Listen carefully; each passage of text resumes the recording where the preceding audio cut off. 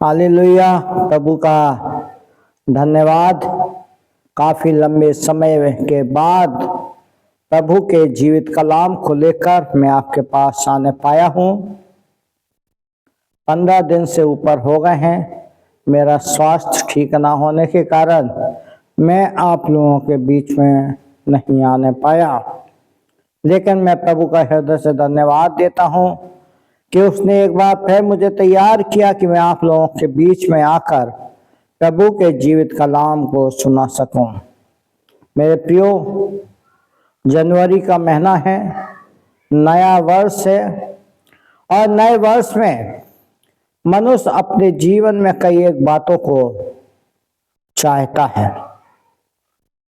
कई एक बातों को वो अपने जीवन में इन्वॉल्व करता है, कई एक चीज़ों को अपने जीवन से रिड्यूस करता है, उनको हटाता है।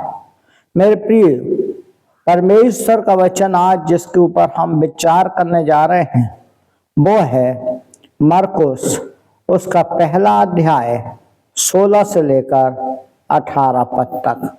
मरकुस 1:16 से 18 यहाँ पर इस प्रकार से लिखा हुआ है।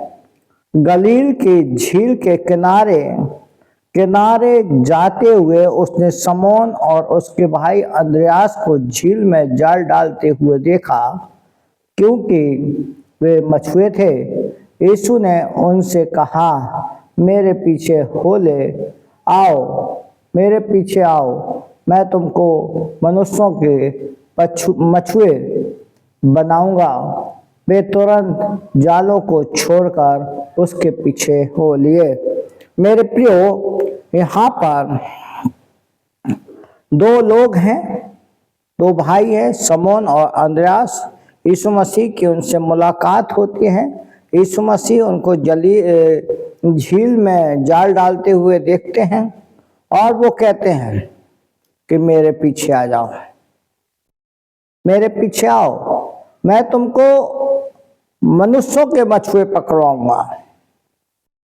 आज का जो विषय है, इस साल का जो विषय जो मैं आपके सामने रखने चाह रहा हूं, प्रभु यीशु मसीह ने कहा मेरे पीछे आओ।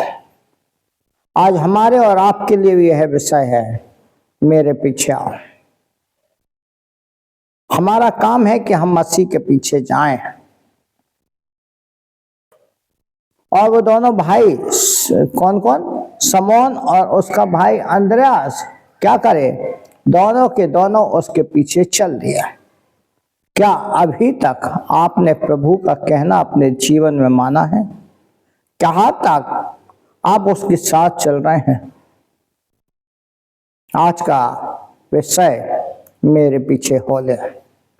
जब आप उसके पीछे होंगे तब क्या होगा?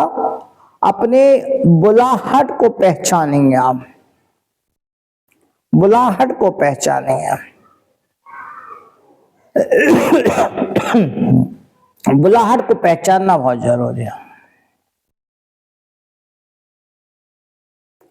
जब आप उसके पीछे चलना शुरू करेंगे, आप उसके पीछे अपनी बुलाहट को पहचानना शुरू कर देंगे। बाइबल में देखिए, आप कई एक नामों को आप देख सकते हैं। कई एक नाम ऐसे जो प्रभु की आवाज को सुनते थे और वो यीशु के पीछे हो लिए, और जब यीशु के पीछे हो लिए तो अपनी बुलाहट को पहचानने लगे। आप देखिए, अब्राहम को देखिए, अब्राहम की बुलाहट क्या थी? अन्य जातियों में से आया, प्रभु परमेश्वर को नहीं जानता था, लेकिन परमेश्वर ने कहा तू इस देश को छोड़कर जो देश में तुझे दिखाना चाहता हूं वो देश में तू जा। और वो उठा और उस देश में हो लिया। बुलाहट को पहचाने। 2025 में पहला काम आपको करना है, बुलाहट को पहचानना जरूरी है। अभी तक आपने अपने समय को ऐसे बिताया होगा, लेकिन 2025 में अब आपको अपनी बुलाहट को पहचानना जरूरी है। दूसरी चीज,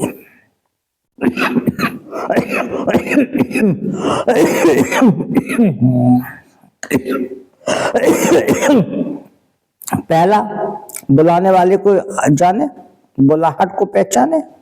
दूसरा, अपनी इच्छाओं को उसके अधीन करें, उसकी इच्छाओं, अपनी इच्छाओं को उसके अधीन करें, उसके अनुसार। जब वो अपनी इच्छा हमें बताता है तब हमें चलना है। अपनी इच्छा, आपकी क्या इच्छा है 2025 में, आपका क्या उद्देश्य है, आपने 2025 में क्या एम बना के रखा है, अपने बच्चों के लिए क्या एम बना के रखा है। अपनी इच्छाओं को उसके अधीन करें।